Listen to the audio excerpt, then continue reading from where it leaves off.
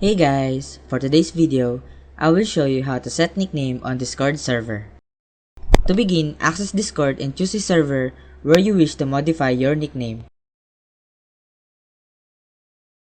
Next, locate and click on the downward pointing arrow.